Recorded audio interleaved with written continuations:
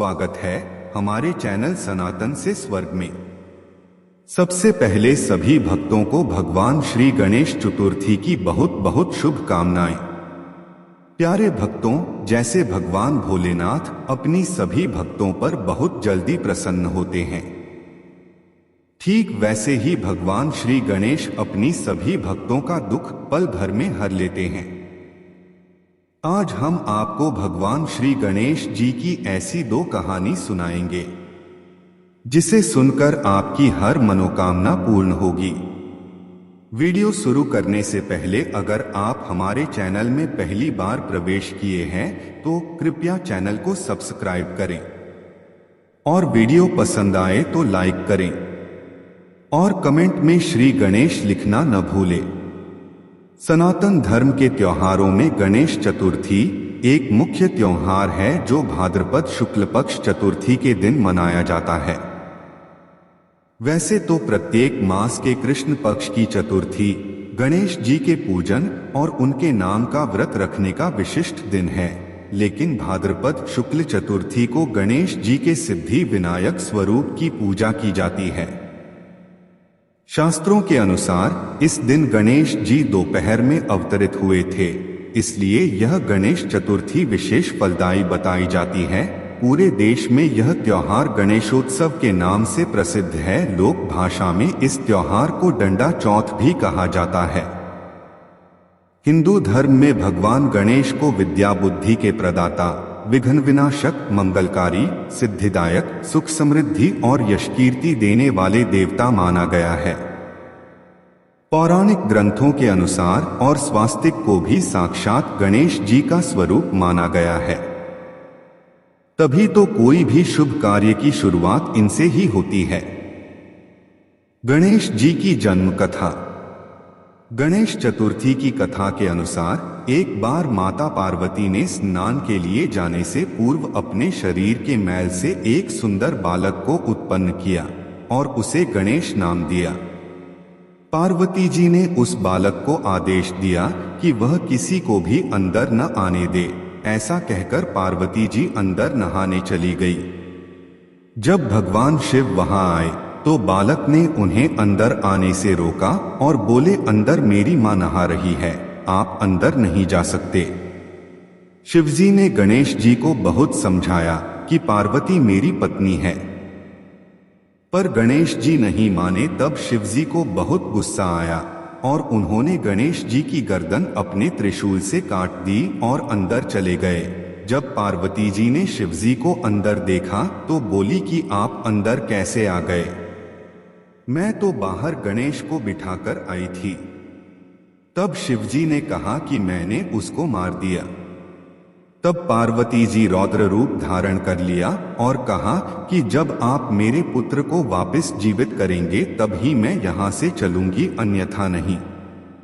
शिवजी ने पार्वती जी को मनाने की बहुत कोशिश की, पर पार्वती जी नहीं मानी। सारे देवता एकत्रित हो गए, सभी ने पार्वती जी को मनाया पर वे नहीं मानी। तब शिवजी ने विष्णु भगवान से कहा कि किसी ऐसे बच्चे का सिर लेकर आए जिसकी मां अपने बच्चे की तरफ पीठ करके सो रही हो। विष्णु जी ने तुरंत गरुड़ जी को आदेश दिया कि ऐसे बच्चे की खोज करके तुरंत उसकी गर्दन लाई जाए। गरुड़ जी के बहुत खोजने पर एक हथिनी ही ऐसी मिली जो कि अपने बच्चे की तरफ पीठ करके सो रही थी। गरुड़ जी ने तुरंत उस बच्चे का सिर लिया और शिवजी के पास आ गए।